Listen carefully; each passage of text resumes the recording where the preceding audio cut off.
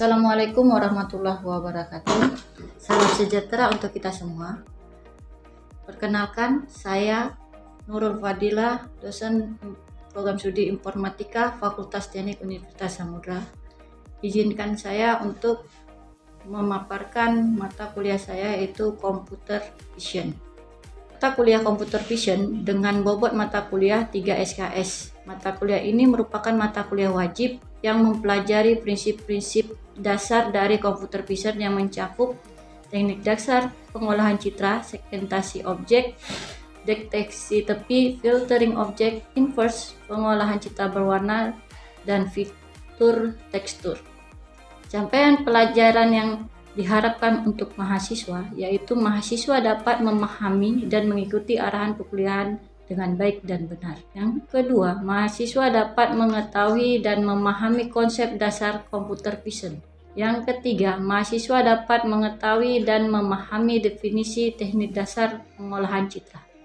Yang keempat, mahasiswa dapat mengetahui memahami segmentasi. Yang kelima, mahasiswa dapat mengetahui dan memahami deteksi tepi. Yang keenam, mahasiswa dapat mengetahui dan memahami filtering objek. Yang ketujuh, mahasiswa dapat mengetahui dan memahami inverse. Yang kedelapan, mahasiswa dapat menyelesaikan ujian tengah semester dengan baik dan benar. Yang sembilan, mahasiswa dapat mengetahui dan memahami definisi pengolahan citra berwarna. Yang 10, mahasiswa dapat mengetahui dan memahami definisi fitur tekstur. Yang ke-11, mahasiswa dapat mengetahui dan membuat rancangan teknologi tepat guna berbasis kamera digital atau sistem cerdas. Model pembelajaran dan media pembelajaran di Computer Vision yaitu model pembelajaran contextual learning, problem-based learning. Metode pembelajaran dengan ceramah, diskusi, presentasi, proyek mandiri. Media pembelajaran yaitu dengan tatap muka, WA group, dan aplikasi komputer.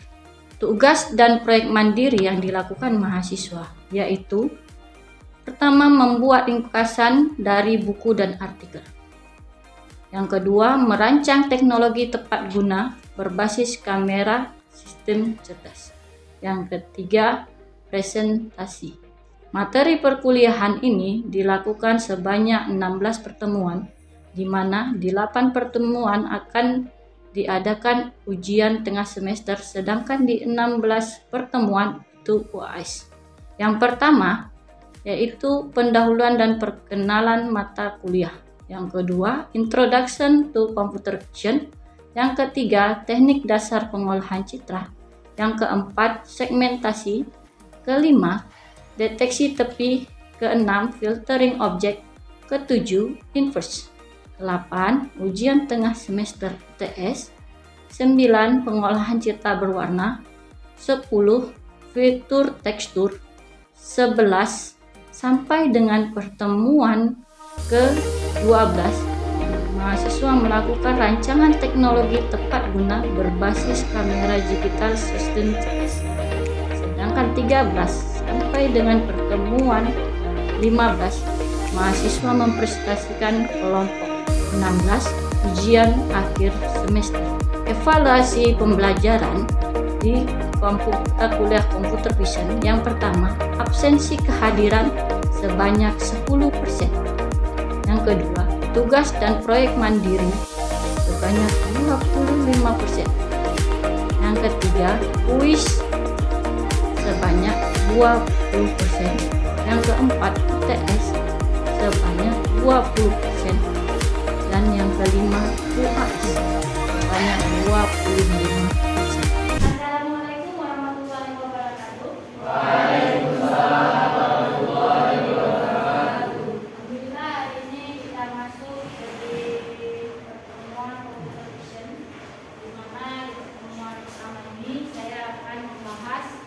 Tentang definisi Computer Vision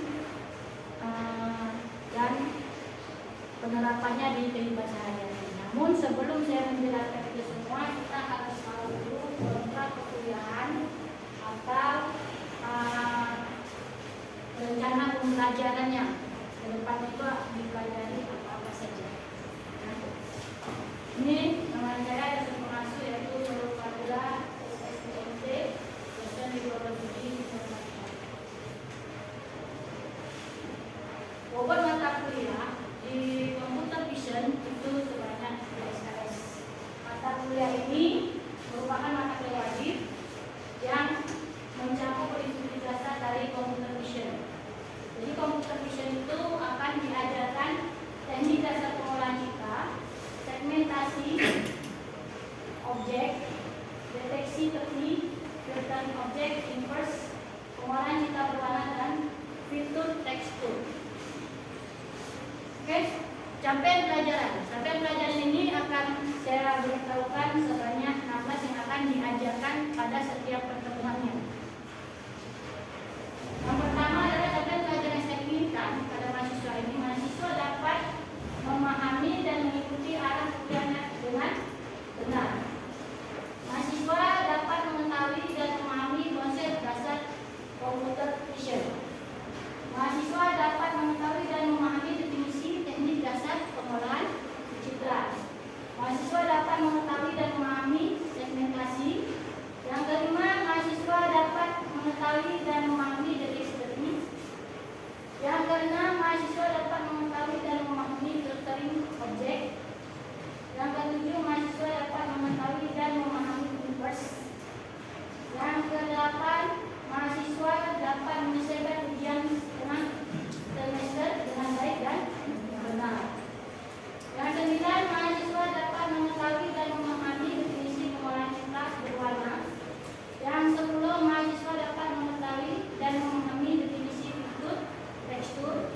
Yang ke-11, mahasiswa dapat dan memahami rancangan teknologi tepat guna berbasis kamera digital atau sistem integritas.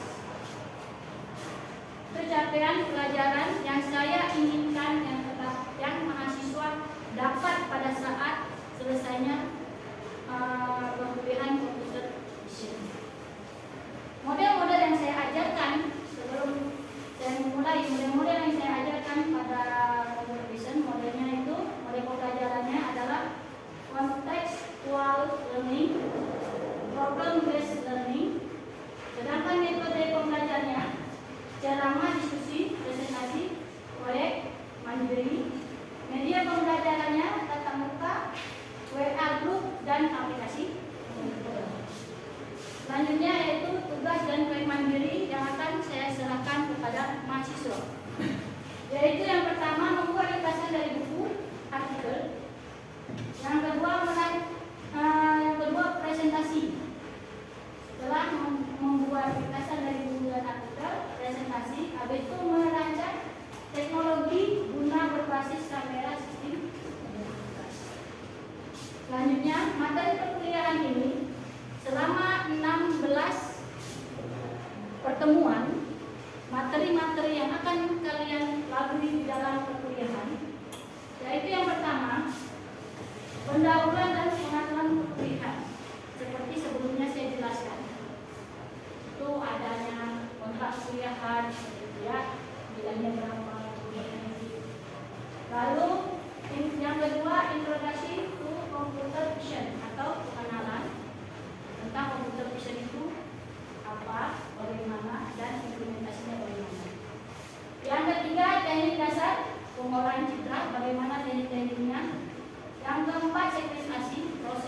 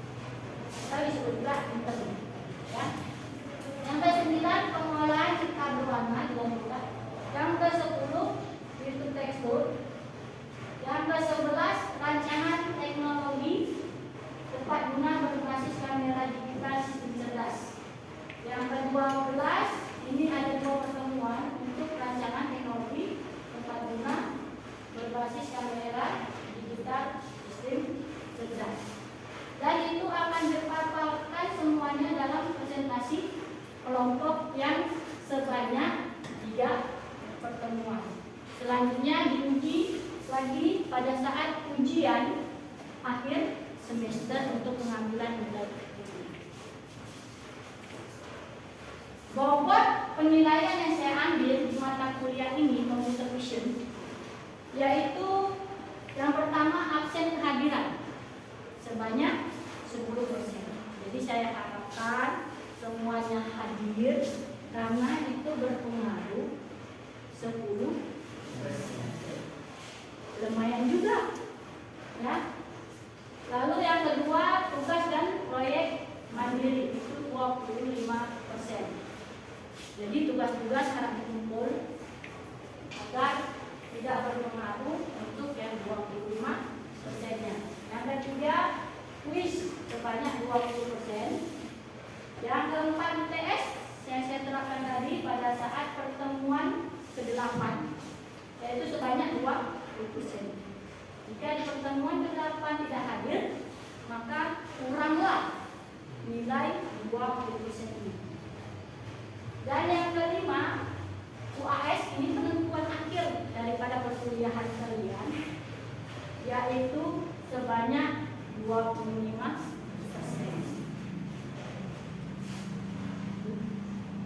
Nah, ini saya akan menjelaskan tentang computer vision.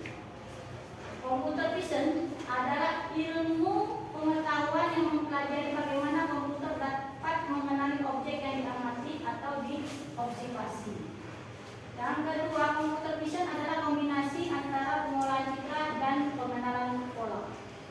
Jadi di computer vision ini terdapat juga pengolahan citra, di mana teknik-tekniknya yang akan digunakan dalam computer vision. Lalu bersamaan dengan intelijen semu atau artificial intelligence, ya, pengetahuan atau AI, akan mampu menghasilkan sistem intelijen visual atau visual intelligence system.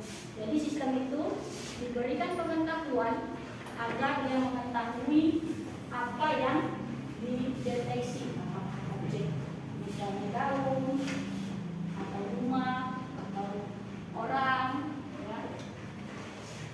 Lalu computer vision juga diterapkan di penerapan lingkungan kita di masyarakat yang telah ditentukan, seperti di dalam bidang-bidang pemerintahan ada di masyarakat juga, seperti pengawasan dan pemantauan cerdas, smart surveillance, lalu kesehatan dan kedokteran, olahraga dan rekreasi, robotika, drone, mobil self-driving dan lain-lain. Mobil self-driving itu sudah ini ya, sudah nyata. Sudah ada berbagai mobil yang telah mengimplementasikannya. Yaitu kalau kita ngantuk, langsung mobil tersebut bisa mengendarai secara otomatis tanpa harus mengganggu mobil itu. Jadi kalau kita tidur itu kan mengganggu dia. Jadi setirnya ke mana tanpa nampak, karena mobil itu sangat sensitif ya. Salah kita gas, mobilnya langsung nabrak dengan cepat, melaju dengan cepat. Salah kita putar arah, langsung menabrak di samping. Kalau di samping ada orang ditabrak, kalau ada rumah juga ditabrak. Jadi mengatasinya adalah salah satunya adalah mobil self-driving, yaitu mobilnya menyetir diri sendiri. Mobilnya nyetir sendiri. Nah, ini juga selain itu, dalam penerapan computer vision ini, dia menggunakan kamera. Ini salah satu contoh yang saya berikan, kamera ini besar. Ada juga kamera yang bentuknya kecil yang ditanamkan. Contohnya di mobil itu ditanamkan kecil kameranya. Diletakkan di dekat tempatnya itu, kadang ada yang di samping, ada yang di belakang. Di mana kita bisa lihat waktu parkir, dia tahu di belakang. Dan langsung bisa terjadi sensor. Dan kenapa ditaruh di setiap sudut? Waktu dia drive selfing, itu dia bisa memantau apakah di situ ada objek manusia atau di samping ada benda yang lain seperti rumah, atau kita pas stalking langsung dilihat. secara otomatis ya, ada tulisan. Nah, kalau yang ini adalah pengenalan wajah, deteksi wajah. Itu juga menggunakan kamera. Contohnya yang pernah kita lihat di perkantoran, ini contohnya masih di masih di pantai. Nah, ini bisa banyak manusia yang dideteksi untuk pengenalan wajahnya. Di perkantoran bisa juga untuk absen otomatis. Mungkin nanti di perkuliahan bisa kita buat absen dan masuk dari pintu sana, dipasang kamera di situ, masuk. Dadang, tulis. Sena, tulis namanya. Daftar absen. Enggak susah ibu bilang ke komisaris si Dadang, siapa hari ini yang tidak masuk dan tidak, ini yang tidak sedikit lagi. Jadi informasi tersebut sudah masuk di komputer karena terdeteksi pengenalan wajah tadi dengan kamera. Ini adalah detection objeknya dengan titik dari wajah tersebut untuk dikenali wajahnya. Sedangkannya ini itu paru-paru. Jadi paru-paru manusia kadang-kadang ada yang normal dan ada yang tidak. Ini data dari X-ray-nya, dilihat paru-parunya ada kelainan atau tidak dengan menggunakan komputer dan teknik-teknik dari pengolahan juga. Jadi komputer vision ini tujuannya adalah untuk meningkatkan kamera seperti mata manusia. Oke, ada yang mau bertanya? Vision? Ada yang mau bertanya? Ya, silakan. Izin bertanya, Bu, apa saja penerapan komputer vision di dalam kehidupan sehari-hari? Saya langsung menjawabnya ya. Jadi penerapan aplikasi atau penerapan komputer vision di kehidupan sehari-hari banyak, ada di bidang militer, ada di bidang kedokteran. Kalau kedokteran tadi sudah kita lihat jelas, contohnya seperti scanner paru-paru tadi. Jadi dokter lebih mudah mendiagnosa apakah dia sakit paru-paru atau tidak. Selain itu juga ada menggunakan CT scan atau X-ray yang masuk badannya semua di situ. Jadi tahu di situ ada gejala langsung dibuletin. Misalnya ada patah karena kecelakaan, letak bagian tulang belakangnya di sini itu terlihat ya dokter. Jadi memudahkan dokter untuk diagnosa. Kalau di tadi salah satunya driving sleep atau driving dia sendiri, mobilnya menjadi cerdas, jadi mobil itu bisa menyetir sendiri ya. Selain itu tadi pengenalan wajah ya, untuk pengenalan wajah sendiri itu kita bisa mendata di perkantoran, misalnya absensi dengan wajah kita bisa mendata orang-orang yang hadir atau karyawan yang hadir tanpa melalui absen manual ya. Untuk apa? Agar tidak ada kecurangan. Jadi diletakkan di pintu langsung terabsen dengan otomatis. Jadi kemungkinan untuk disiplin itu sangat tinggi.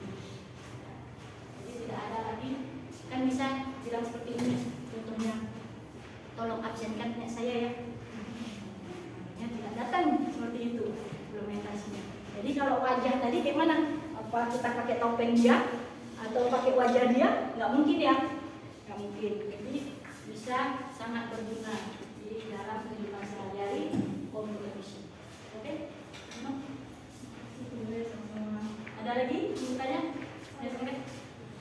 Saya ingin bertanya, apakah ada kaitannya antara computer vision dengan pengolahan citra digital? Oke, kaitannya itu sangat erat ya, karena di pengolahan citra dan computer vision, pengolahan citra pada awalnya itu juga menggunakan kamera untuk mengambil jika itu adalah gambar manusia. Dan teknik-teknik di pengolahan citra itulah yang membantu prosesnya komputer vision itu sendiri. Ya, karena kan tujuannya itu bagaimana sebuah kamera itu atau vision mata itu Jadi kamera itu seperti mantan manusia. Jadi dia bisa menggantikan manusia.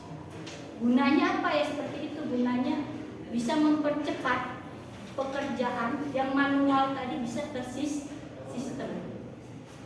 Jadi tidak perlu lagi kertas banyak-banyak. Dan seperti itu. Jadi bisa tersistem, kamera itu bisa aktif. Ya. Gunanya kamera. Oke, bisa kita lanjutkan lagi.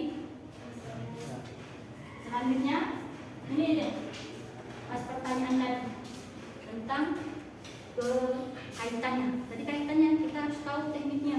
Bagaimana dia mengenali wajahnya itu menggunakan teknik daripada pengolahan citra. Jadi sebelum kita mempelajari teknik-teknik pengolahan citra, kita harus kenali dulu pengolahan citra itu apa sih. Ya, mengulang lagi kembali ke lama nggak apa-apa. Yang penting kita tahu apa seperti itu ya. Jadi kita harus tahu pengolahan citra karena kalau kita tahu teknik-tekniknya mudah kita untuk memproses pembelajaran dalam pelajaran computer vision. Oke. Karena sangat berkaitan ya. Pengolahan citra atau image processing merupakan suatu sistem di mana proses dilakukan dengan memasukkan berupa citra, image dan hasilnya juga berupa citra image. Penggunaan metode data citra atau model data citra, kan kita harus tahu model data citra itu seperti apa sih? Seperti itu modelnya. Jadi penggunaan metode sampling dan kuantitasi merupakan metode yang digunakan pada pengolahan citra digital. Pixel-pixel yang dihasilkannya tergantung kepada besar atau kecilnya sampling dan nilai derajat keabuan tergantung kualitasnya. Jadi nilai tersebut didapatkan dari citra. Nilai hasilnya, kuantitasinya itu terdapat daripada citra. Dan citra itu terdapat pixel. Jadi dari citra atau kita sebut juga dengan gambar itu bagian terkecil dari gambar atau citra itu adalah pixel. Contohnya seperti apa? Kalian ada HP. Di HP itu kan ada berapa megapiksel kamera. Jadi dia akan menghitung sesuai dengan pikselnya. Semakin besar pikselnya, maka semakin bagus kualitasnya. Pernah nggak di sini tanya membeli kamera? Biasa perempuan tuh ya, karena mau selfie, kamera harus bagus. Kalau perempuan sering bilang kayak gini, kamera depannya berapa megapiksel? Karena dia bisa kan seperti itu. Kalau laki-laki mungkin terang. Ada nggak tanya piksel? Ya ada. Oh ada. Ada. Kalau perempuan itu udah wajib. Mereka beli HP yang ditanya itu apa? Kameranya berapa megapiksel? Oh 16. Berapa? 1 juta langsung. Depan 8. Oh enggak. Langsung bisa. Apalagi kalau 32 juta 1 juta ya kan? Apa itu? iPhone. Wih. Bagus ya. Semoga ada ya. Dan model citra, data citra dapat dikatakan sebuah citra digital. Ini yang dibilang dapat dikatakan sebuah citra digital diperoleh dengan mendefinisikan fungsi V, X, Y, di mana X adalah baris dan Y adalah kolom. Ini sudah tahu semua ya. X adalah baris dan Y adalah kolom. Dan F menyatakan tingkat kearuan dari sebuah citra. Jadi koordinat dari X, Y adalah posisi daripada piksel dan F adalah nilai derajat keabu-abuan pada titik X, Y. Kita lihat. Ya. Ini adalah nilai keabu-abuan yang didapatkan. Terlihat titiknya? Terlihat? Ini titik ini. Lihat ya. Jadi dia mengambil piksel-piksel ini mengambil bagian dari titik keabuan, yaitu 120,1